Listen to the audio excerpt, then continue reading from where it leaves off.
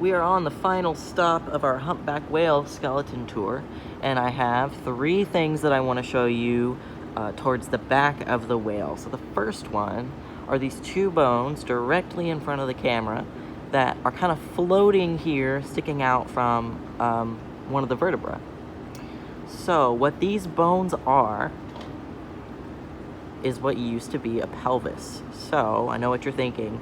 Whales don't have legs, how can they have a pelvis? Well, millions of years ago, whales used to be 4-legged animals that lived on land, and eventually they evolved to become more and more aquatic until eventually they were fully living underwater, aside from coming up to breathe. And as the years went on, they had less and less need for their back legs, and they started to shrink.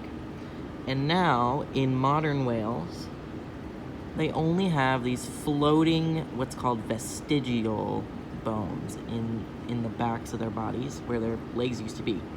And not every single whale has these, but most of them do. A similar thing in humans is our tailbone, and also our appendix can be considered a vestigial structure, and sometimes even our wisdom teeth too. So things that, we can remove from our bodies if they're causing us problems and won't really cause a major issue.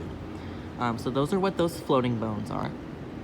And then another thing I wanted to show you is way towards the back there, and that is the outline of the tail. Now, unlike the flippers, I'll pan around and show you again, right there, that have bones in them, the whale's tail, or the fluke, does not have bones in it. So if you're at home watching, everyone take your ear and kind of fold it over or wiggle your nose.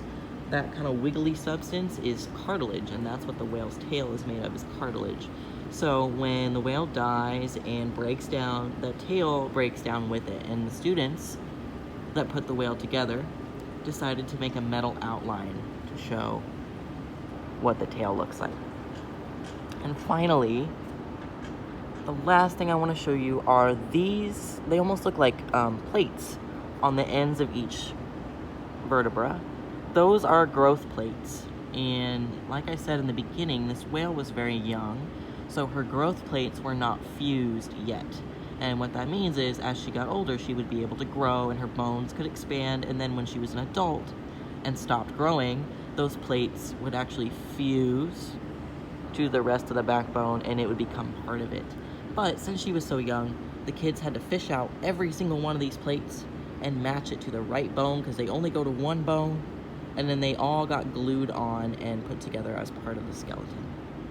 So we'll do one more scan here from the front to the back. There's that skull again. And then I think we are gonna wrap up with some question and answer.